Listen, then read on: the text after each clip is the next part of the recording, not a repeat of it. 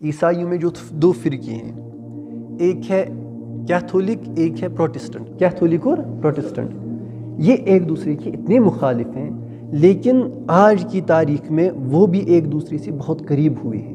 انہوں نے اپنے اختلافات کو دور کیا، جبکہ ممکن ہی نہیں ہے۔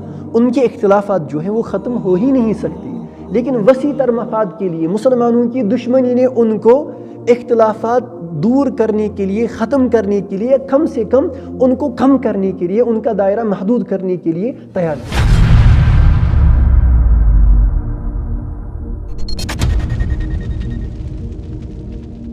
مسلمانوں کی دشمنی نے ان کو تیار کیا کہ آپ اپنے اختلافات کم کریں، اور ہم ہیں جو میں نے ابھی جمعے کے خطبے میں وہ شعر پڑھا تھا، ایک ہی سب کا نبی، دین بھی قرآن بھی ایک، کیا بڑی بات تھی ہوتی جو مسلمان بھی ایک۔ ہماری بنیادیں ہیں، ہم ایک ہو سکتے ہیں، قرآن کی بنیاد پر، حدیث کی بنیاد پر ہم ایک ہو سکتے ہیں، سنت کی بنیاد پر ہم ایک ہو سکتے ہیں۔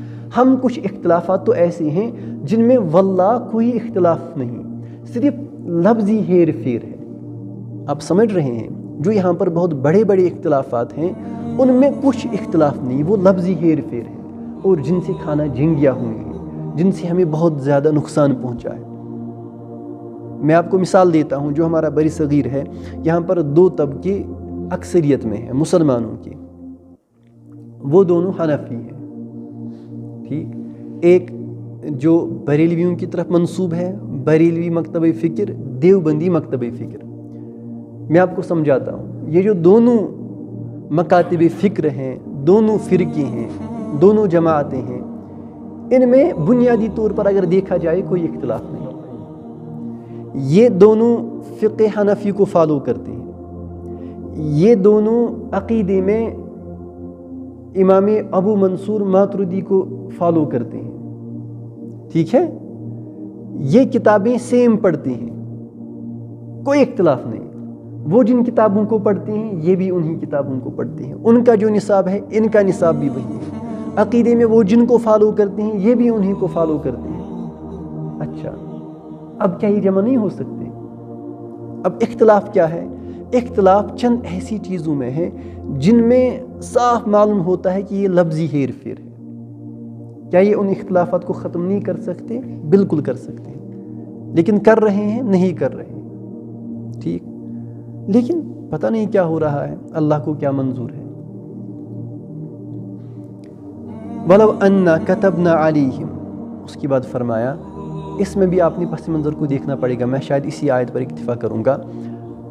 فرمایا جا رہا ہے کہ ایک مسلمان تو وہ تھے جنہوں نے ہجرت کری، جنہوں نے یکسو ہو کر اللہ کے نبی صلی اللہ علیہ وسلم کو اپنا رسول مانا، ان کو صرف مرکز عقیدت نہیں بنایا، مرکز اطاعت بھی بنایا، ان کو صرف رسول نہیں مانا، ان کی بات بھی مانی، اپنی خواہشات بالکل ختم کر دی، اللہ کے رسول صلی اللہ علیہ وسلم کے ہاتھ میں اپنی زندگی کی پوری بھاگ ڈور دے دی۔ ایک مسلمان تو وہ ہے کہ جب انہوں نے ہجرت کری انہوں نے اپنا وطن بھی چھوڑ دیا، اپنا سب کچھ چھوڑ دیا، بالکل خالی ہاتھ آ گئی وہ مدینے کی طرف، اپنی دولت، اپنی مکانات، اپنی رشتہ داریاں، اپنا وطن اور وہ جذبات، وہ تعلقات کچھ بھی نہیں دیکھا۔ قربان ہو جائے سب اللہ کے رسول صلی اللہ علیہ وسلم پر، قربان ہو جائے سب اللہ کی محبت پر، اللہ کے دین پر۔ اب جب انہوں نے ہجرت کری، مدینے میں آ گئے، اور مدینے میں انہوں نے ایک معاشرے کی بنیاد ڈالی۔ اب ان کے مقابلے میں وہی لوگ آتے ہیں جو ان کے والدین تھے، جو ان کے بیٹے تھے، جن کے ساتھ ان کی نزدیک رشتہ داریاں تھیں، خونی رشتے جو ان کے تھے۔ اب وہ تلوار لے کر آتے ہیں اور ان سے جنگ کرتے ہیں۔ یہ مسلمان سب کچھ بھول جاتے ہیں، یکسو ہو جاتے ہیں، اور اپنی تلوار نیام سے نکال کر ان سے برسر جنگ ہوتے ہیں، ان سے قتال کرتے ہیں۔ اب جن سے قتال کیا جا رہا ہے یہ کون ہے؟ ابو بکر اپنے بیٹے سے قتال کر رہا ہے، حضرت عمر اپنے ماموں سے قتال کر رہا ہے، حضرت حذیفہ اپنے باپ سے قتال کر رہا ہے۔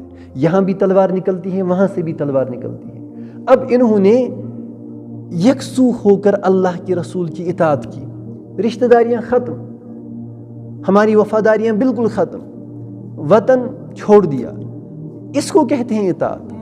اور ان منافقین سے کہا جا رہا ہے ایک تم ہو کہ تم میں سے ایک آدمی اللہ کے رسول صلی اللہ علیہ وسلم کا فیصلہ تسلیم نہیں کرتا، آپ آ جاتے ہو اور جسٹیفیکیشن دیتے ہو، آپ آتے ہو اور ان کی تائید کرتے ہو، آپ چاہتے ہو کہ آپ ایک طرف سے اللہ کے رسول صلی اللہ علیہ وسلم کی اطاعت میں بھی آ جائیں، ان کو بھی رسول مانیں، اور دوسری طرف سے آپ کی جو قبائل کے لوگ ہیں جو اللہ کے رسول کے دشمن ہیں آپ ان سے بھی تعلقات باقی رکھنا چاہتے ہو۔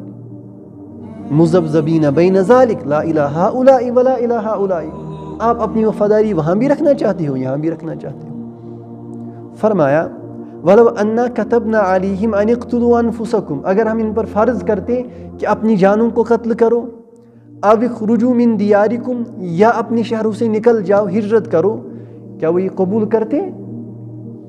یعنی یہ تو چھوٹی سی بات بھی قبول کرنے کے لیے تیار نہیں ہے، معمولی احکام بھی ان پر شاق گزرتے ہیں، گراں گزرتے ہیں۔ اب ان سے کہا جاتا مہاجرین کی طرح اپنے وطن کو چھوڑو، مہاجرین کی طرح اپنے والدین کے ساتھ اپنے بچوں کے ساتھ قتال کرو، یہ لوگ کرتے؟ جنہوں نے یہ نہیں کیا وہ بڑے کام کیسے کرتے؟ فرمایا ما فعلوا الا قلیل منهم، ان میں سے نہیں کرتے اکثر لوگ، بس گنے چنے چند افراد ہوتے۔ فرمایا وَلَوْ أَنَّهُمْ فَعَلُوا مَا يُوعَدُونَ بِهِ، اگر وہ عمل کریں اس پر جس کی ان کو نصیحت کی جا رہی ہے، جو ان کو سمجھایا جا رہا ہے، لَكَانَ خَيْرًا لَهُمْ، یہ تو ان کے لیے بہتر ہوتا، وَأَشَدُّ تَثْبِيتًا، اور اس سے ان کی قدم جم جاتے۔ ان میں سے سب ایسے نہیں تھے جو اعتقادی منافق تھے، کچھ ایسے بھی تھے جو کچھ قدم آگے بڑھاتے تھے پھر رک جاتے تھے، پھر آگے بڑھتے تھے پھر رک جاتے تھے۔ وہ جو اللہ نے سورۃ البقرہ میں فرمایا کہ جب بجلی چمکتی ہے ان کو کچھ سوچتا ہے، کچھ دکھائی دیتا ہے، وہ آگے بڑھتے ہیں۔ یعنی کبھی کبھی اسلام کی بات ان کو سمجھ میں آ جاتی ہے، وہ تھوڑے بہت یکسو ہو کر آگے کچھ بڑھتے ہیں، لیکن پھر وہی تعصب، جاہلی تعصب، وہ خاندانی تعصب، وہ قبائلی تعصب، وہ ان میں پھر سے وہ ظاہر ہوتا ہے، زندہ ہوتا ہے، پھر رک جاتے ہیں۔ فرمایا اگر یہ ایک مرتبہ فیصلہ کرتے کہ جو ہمیں کہا جا رہا ہے ہم مانیں گے، ہم ان کے قدم جماتے۔ ہمیں بھی یہی کہا جا رہا ہے، ایک مرتبہ فیصلہ کرنا ہے، بس ایک مرتبہ۔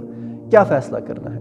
ہم نے طے کرنا ہے کہ اے اللہ ہم آپ کو مانتے ہیں، اے اللہ ہم آپ کے رسول کو مانتے ہیں، حکم بھی ان کو مانتے ہیں، رسول بھی ان کو مانتے ہیں، سب کچھ ان کو مانتے ہیں، ہماری وفاداری ان کے ساتھ، ہم 100% مسلمان بننا چاہتے ہیں۔ جب ہم یہ کریں گے، فیصلہ کریں گے، اللہ ہمارے قدم جمائے گا، اور اتنا ہی نہیں کہ قدم جمائے گا، جو آگے کے راستے ہیں وہ اللہ خود ہی آسان فرمائے گا۔